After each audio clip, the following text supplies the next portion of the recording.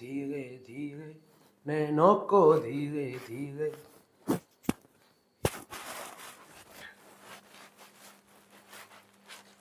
Hello दोस्तों, नमस्कार। एक बार फिर से स्वागत है आप लोगों का युवा पीढ़ी क्लासेस के यूट्यूब चैनल पर, जो है आप लोगों के लिए डेडिकेटेड टू एक्सीलेंस। तो अभी तक हमने हिंदी विषय में वर्णमाला नाम के टॉपिक को देख लिया था। अब हमें वर्णमाला से बढ़ना है आगे, ठीक है। अब आगे बढ़ने से पहले या आगे बढ़ना कैसे है वो चीज़ हम देखते हैं पहले बोर्ड पे कि भाई आगे बढ़ेंगे तो क्या क्या चीज़ों की जानकारी हमें चाहिए। थोड़ी बहुत जानकारी होनी चाहिए ना कि आगे जो चैप्टर है उसके लिए क्या होना चाहिए हमारे पास, क्या नहीं होना चाहिए, कैसे कैसे, ठीक है। तो इसी बात को लेकर हम चलते हैं और बात करते हैं। एक शब्द होता है पद, तो बात करेंगे अब पद की। अभी तक हमने क्या किया, हमने वर्णमाला में किया क्या, हमने वर्णमाला में अक्षर को पढ़ा, अक्षर से स्वर, स्वर से व्यंजन और व्यंजन से वर्ण, और वर्ण बना कैसे, स्वर और व्यंजन को मिला के। ऐसे ही था, या फिर ऐसा ना कहें और ऐसा कह दें कि वही वर्ण बना कैसे, अक्षर धन अक्षर को मिला के। तो हमने वर्ण बनाया कैसे, और इसी वर्ण को क्या कह दिया जाता है, एक मिनट, सॉरी, इसी वर्ण को नहीं कहते, और इसी वर्ण से मिलकर बनता है शब्द। क्या बनता है, शब्द। तो हमने जब लास्ट क्लास देखी थी ना, लास्ट क्लास में जब हमने सीखी थी बातें, तो हमने लास्ट क्लास में ये बातें सीखी थी कि वर्णों का विच्छेद कैसे किया जाए। अब वर्णों का विच्छेद करने के लिए करना क्या पड़ता था, पहले में शब्द चाहिए थे, कई वर्ण मतलब कई सारे अक्षर और वर्णों को मिलाकर एक शब्द बनता था। अब उन्हीं शब्दों की बातें आती थी वर्ण विन्यास में, वर्ण विच्छेद में, मात्रा विन्यास में, मात्रा विच्छेद में। तो हमने मात्रा विच्छेद में या वर्ण विच्छेद में शब्दों को पढ़ा है। सीधी सी बात ये है शब्दों कैसे पढ़ा है कि शब्दों के टुकड़े किए, शब्दों के कितने पॉसिबल संभव टुकड़े हो सकते हैं, कि कितने अक्षर हैं उसके अंदर, कितने स्वर हैं, और कैसे कैसे स्वर और अक्षर की क्रिया बनती है, मतलब आगे वो प्रोसेस करते हैं, कैसे कैसे उनके टुकड़े होते हैं। ये सब चीजें हमने पढ़ी थी कि भाई एक शब्द के या एक शब्द के कितने वर्ण हो सकते हैं, कितने अक्षर, कितने स्वर हो सकते हैं, ठीक है। ये हमने देखा था। तो अब हमने देखा क्या था कि भाई इन सभी वर्णों से, मतलब कई प्रकार के वर्णों से मिलकर एक शब्द बनना था। अब इसी शब्द को, ये देखो ये पद, इसी शब्द को पद कहा जाता है। इसी शब्द को क्या कहा जाता है, पद। तो अगर हम पद की डेफिनेशन देखना चाहें तो क्या बनेगी, वर्ण के सम्मिलित रूप को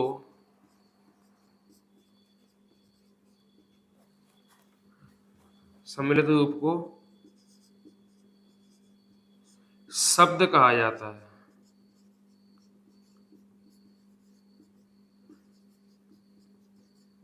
और जब यही शब्द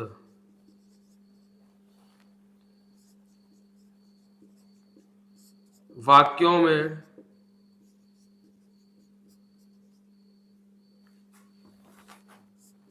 प्रयोग, जब यही शब्द वाक्यों में प्रयोग किया जाता है तो वह व्याकरण के नियमों में बंधकर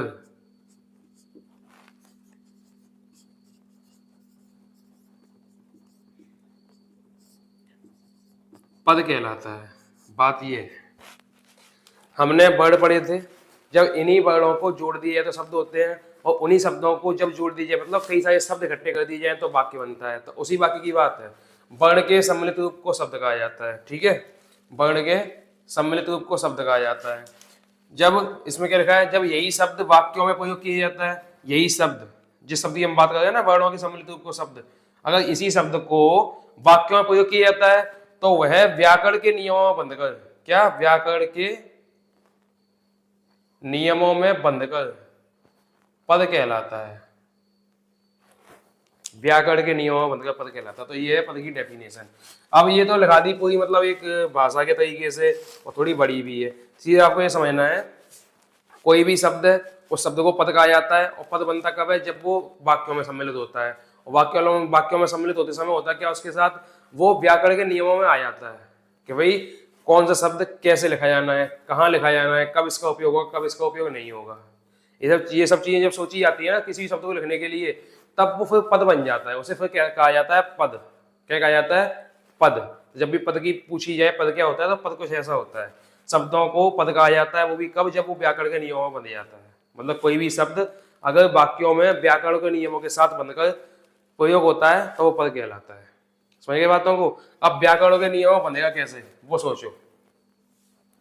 सोचो भाई, थोड़ा सोचो, फिर मैं बताता हूँ व्याकरण के नियमों में बनेगा कैसे वो। धीरे धीरे नैनों को मूंदे मूंदे,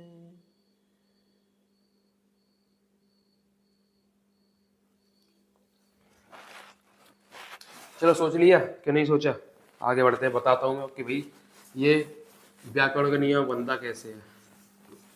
जैसे मैंने शब्द लिखा, सॉरी शब्द नहीं, एक सेंटेंस लिखा कि मैं हूँ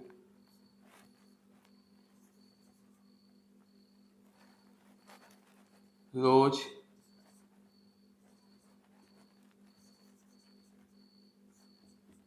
खाता खाना गरम। अब ये क्या हुआ, हमको पता नहीं चल रहा कि ये वाक्य हो गया या नहीं। अभी बस शब्द हैं, एक शब्द, दो शब्द, तीन शब्द, चार शब्द, पांच शब्द और ये 6 शब्द। अभी 6 शब्द है हमारे पास। अब इन 6 शब्दों को क्रम से लगाना, तो जब क्रम से लगाना होगा तो क्या होगा, कोई शब्द यहाँ से उठ के यहाँ आएगा, कोई शब्द यहाँ से उठ के यहाँ जाएगा, कोई ऐसे कोई वैसे, ऐसे तो चेंज होंगे इनके, मतलब पद स्थान या प्लेसमेंट, है ना, ऐसे तो चेंज होंगे इनके। तो जब चेंज होंगे तो ऐसा तो नहीं है, देखो अगर नियम नहीं होगा इन शब्दों को लिखने का तो फिर यही वाक्य क्या कहा जा सकता है। अगर इस शब्दों को लिखने का नियम नहीं है तो इसको ही तो वाक्य कह सकते हैं हम, है ना। लेकिन इसको वाक्य क्यों नहीं कहते, क्योंकि ये टेढ़ा मेढ़ा बन रहा है, टेढ़ा मेढ़ा अर्थ निकल रहा है, आगे पीछे शब्द हो रहे हैं, ठीक है। अब क्या हुआ, ग्रामरियंस ने, मतलब व्याकरण के ज्ञानियों ने क्या किया, इनको आगे पीछे करने की कोशिश की भाई सही वाक्य कैसे कहलाएगा। तो उन्होंने क्या किया, एक बना दिया, हूं मैं खाना खाता रोज गरम। भाई एक और आ गए, नहीं नहीं ऐसे नहीं, गरम खाना मैं हूं रोज खाता। नहीं भाई ये भी पसंद नहीं आया, एक और आ गए, मैं गरम खाना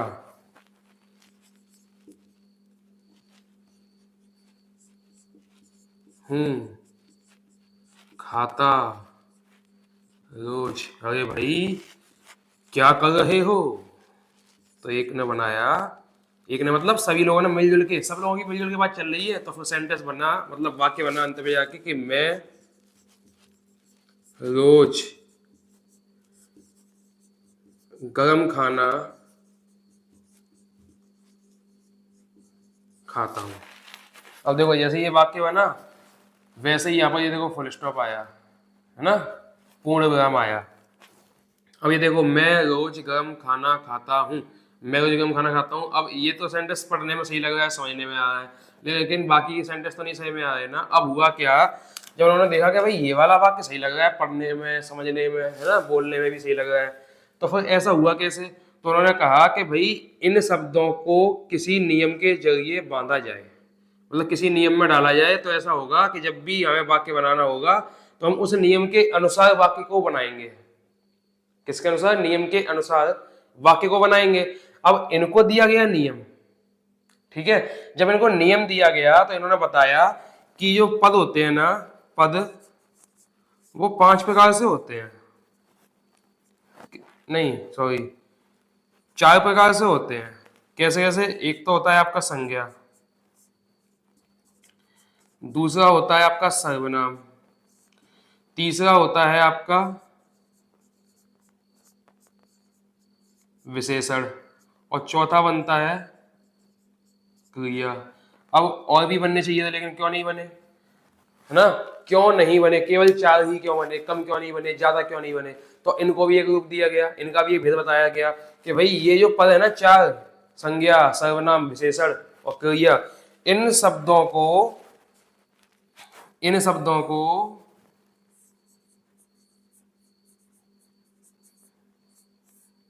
विकारी शब्द कहा गया, विकारी शब्द कहा गया। अब विकारी शब्द कहने की वजह क्या थी?